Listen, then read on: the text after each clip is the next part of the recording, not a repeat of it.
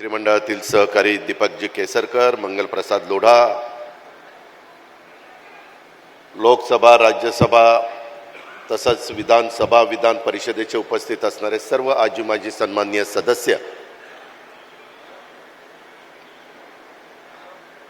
एससीसीचे प्रमुख अजित गुलाबचंदजी, LNTचे SP देसाईजी, सर्व प्रतिष्ठित नागरिक, आपल्या महानगरपालिकेचे आयुक्त श्रीयुत चहल, डॉक्टर अश्विनी जोशी, इतर सर्व अधिकारी वर्ग, जमलेले बंधू भगिनी, पत्रकार मित्र आणि माझ्या तरुण मित्रांनो, बरेच दिवस मुंबईकरांनी प्रतीक्षा केलेली होती की ह्या रोडचं काम पूर्ण होऊन रोड कधी सुरू होणार. आज आपण पहिला टप्पा ह्याच्यामध्ये घेतलेला आहे आणि त्याच्याबद्दलची माहिती तुम्हाला आत्ताच संपूर्ण देण्यात आलेली आहे. मुंबईमध्ये मोठा बदल वाहतुकीच्या दृष्टीने करण्याचा प्रयत्न महायुतीच्या सरकारचा आहे.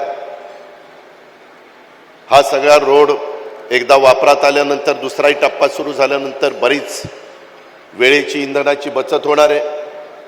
आमचा सरकारचा प्रयत्न हा आहे की आज देशामध्ये सगळ्यात जर हवा खराब कुठली आहे तर ते प्रदूषित शहर म्हणून दिल्ली, मुंबई ह्या शहरांची ओळख आपल्याला सगळ्यांना पाहायला मिळते. आणि त्याच्याकरताच काही महत्त्वाची पावलं या महायुतीच्या सरकारने उचलली. बऱ्याचदा नागरिकांना माहिती नसतं, स्वतः मुख्यमंत्र्यांनी पुढाकार घेऊन मुंबईतले रस्ते धुवून काढायचे. एक तर मुंबईतले रस्ते काँक्रीटीकरण करायचं आणि वेळोवेळी ते धुवून काढायचे, जेणेकरून डस्ट त्याच्यातली कमी करायची.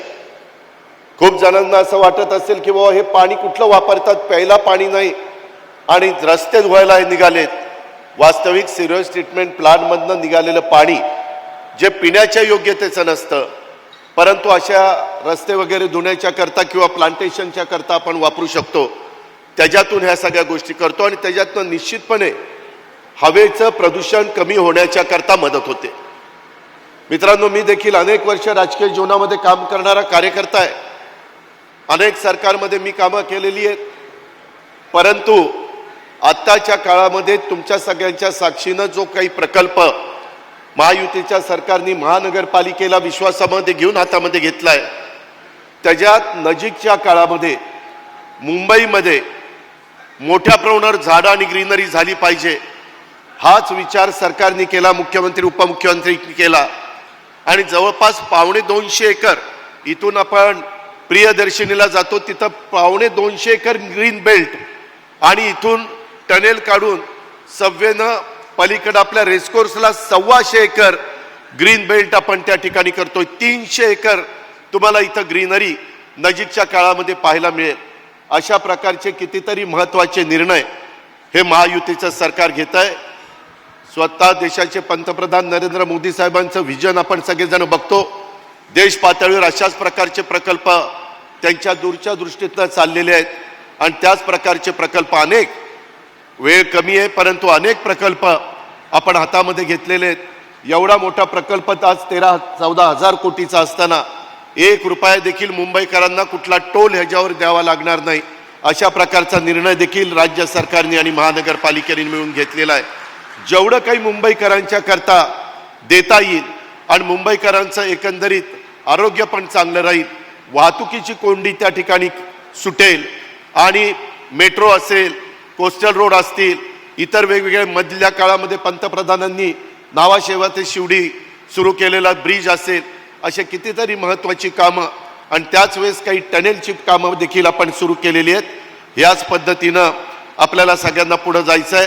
अनेक अडचणी येतात, कोर्ट कचेऱ्या होतात, सुप्रीम कोर्टामध्ये मॅटर जातात, परंतु आपण आपली भूमिका नीटपणे मांडली तर सुप्रीम कोर्ट देखील ह्याच्यामध्ये सकारात्मक अशा प्रकारचा निर्णय देतं.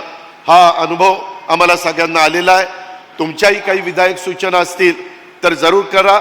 आताच मुख्यमंत्री उपमुख्यमंत्री मंत्रिमंडळाने आपलं मंत्रालय, आपलं विधान भवन, आपले तिथं छोटे छोटे जे काही बंगले आहेत त्या सगळ्याच्या तिथं जवळपास 7,500 ते 10,000 कोटीचा एक मोठा प्रकल्प आपण नवीन मंत्रालय, नवीन विधान भवन, काही वेगवेगळ्या प्रकारचे IAS ऑफिसर, IPS ऑफिसरला टॉवर, मिनिस्टर लोकांना टॉवर, आणि तिथं पण 10-12 एकर 15 एकराची ग्रीनरी, अशा बऱ्याच काही गोष्टी ह्या चांगल्या पद्धतीने ह्याच्या आधीच्या काळामध्ये एवढी ग्रीनरी करण्याचं काम कुठल्याच सरकारच्या काळामध्ये झालं नाही. अशा पद्धतीचं काम आज आपल्या मुंबईकरांच्या करता चाललेलं आहे. तशाच प्रकारे देशामध्ये देखील चाललेलं आहे. आज खूप एक चांगला निर्णय झाला की स्वराज्याचे दुसरे छत्रपती, स्वराज्य रक्षक छत्रपती संभाजी महाराज यांचं नाव ह्या रस्त्याला त्या ठिकाणी देण्यात आलेलं आहे. ज्यांनी सतत शौर्य दाखवलं आणि त्यांनी एक इतिहास निर्माण केला, अशा ह्या छत्रपतींचं नाव ह्या परिसराला, ह्या रोडला दिलेलं आहे. तोही महाराष्ट्राच्या दृष्टीने एक अभिमानाची बाब आहे. ही पण बाब आपण सगळ्यांनी लक्षामध्ये घ्या. स्वराज्य रक्षणाच्यासाठी हौतात्म्य पत्करलेल्या छत्रपती संभाजी महाराजांना मी त्यांच्या कार्याला, त्यांच्या त्यागाला, त्यांच्या स्मृतीला विनम्र अशा प्रकारचं अभिवादन करतो, वंदन करतो. आणि एकंदरीतच हा प्रकल्प होण्याच्या करता ज्या माझ्या सहकारी मित्रांनी पहिल्या टप्प्यातल्या उद्घाटनाच्या निमित्तानं, मग मुंबईचे आयुक्त असतील, अतिरिक्त आयुक्त असतील, या प्रकल्पाशी जोडले गेलेले मुंबई महानगरपालिकेचे माझे सर्व अभियंते असतील, प्रत्यक्ष प्रकल्पामध्ये आणण्याच्या करता ज्यांनी दिवस रात्र मेहनत घेतली, ते कॉन्ट्रॅक्टर असतील, सब कॉन्ट्रॅक्टर असतील, त्याचे सर्व अधिकारी कर्मचारी बंधू भगिनी असतील, गेली 4 वर्ष धूळ माती चिखलामध्ये काम करून हा प्रकल्प ज्यांच्या कष्टातून घामातून साकारला, त्या कामगार बांधवांचं देखील मी आज ह्या उद्घाटनाच्या सोहळ्याच्या निमित्तानं मनापासून आभार मानतो, धन्यवाद देतो, कृतज्ञता व्यक्त करतो. मुंबईकर नागरिक आपल्या परिश्रमाबद्दल नेहमीच ऋणी राहतील असा विश्वास देखील व्यक्त करतो.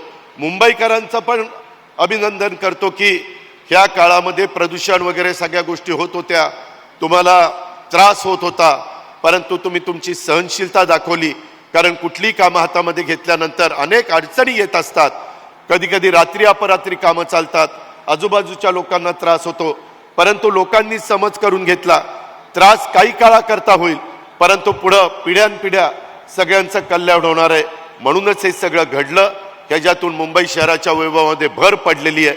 त्याबद्दल पुन्हा एकदा मी ह्याच्यामध्ये ज्यांनी योगदान दिलं, स्वतः मुख्यमंत्र्यांनी सातत्याने पाठपुरावा केला, त्यामुळे हे सगळं घडू शकलं, त्याबद्दल त्यांचं आणि आपल्या सर्वांचं मनापासून आभार मानतो आणि माझे 2 शब्द संपवतो. जय हिंद, जय महाराष्ट्र.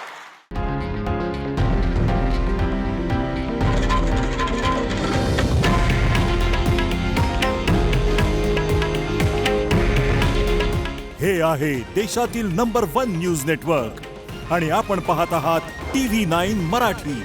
काळजी तुमची, हित महाराष्ट्राचं.